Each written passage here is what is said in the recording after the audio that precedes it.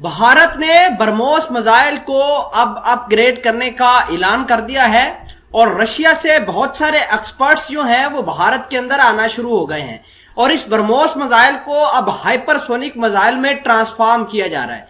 Basically hypersonic missile एक supersonic missile है जो वार हेड ले जाने की सलाहियत रखता है और भारत ने इसको हाइपरसोनिक मिसाइल के अंदर ट्रांसफॉर्म करने की कोशिश कर रहे हैं।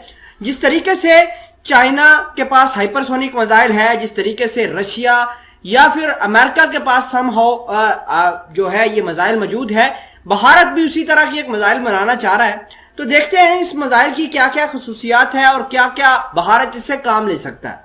छोटी सी गुजारिश है कि आप हमारा यूट्यूब चैनल हसरात टीवी को सब्सक्राइब करके पास मौजूद घंटी के निशान को दबा ले ताकि लेटेस्ट न्यूज आप तक पर वक्त पहुंचती रहे। सबसे पहले आपको यह जानना जरूरी है कि भारत ने मार्च 2022 के अंदर भी पाकिस्तान के अंदर एक मियां चन्नू के अंदर मिसाइल गिराई थी। उसका नाम भी हाइपरसोनिक मिसाइल था, लेकिन अहम बात यह है कि वो भारत ने अपनी नाअहली की वजह से गिरा दी थी।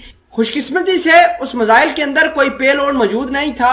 अगर पेलोड होता तो पाकिस्तान का बहुत ज्यादा नुकसान होता। अब भारत ने बहुत ज्यादा खुशी मनाई कि हमने पाकिस्तान के सिस्टम को, दफाई निजाम को पेनिट्रेट करके अपनी मिसाइल जो है पाकिस्तान के अंदर गिरा दी।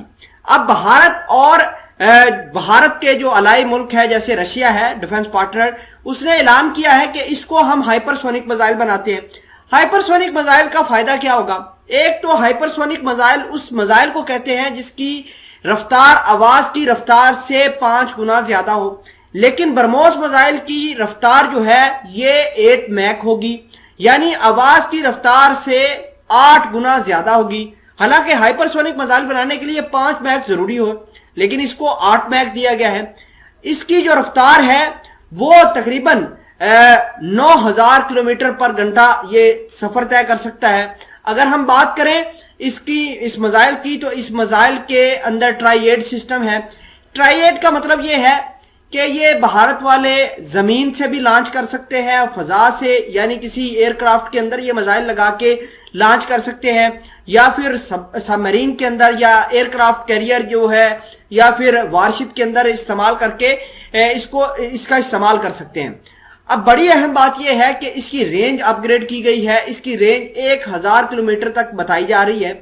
तो भारत इन तमाम तर चीजों का इस्तेमाल जो है ये पाकिस्तान और चाइना के ऊपर चेक रखने के लिए कर रहा है। चाइना ये चाहता है कि भारत के ऊपर ज्यादा से ज्यादा मॉनिटरिंग की जाए, पाकिस्तान भी ये चाहता है।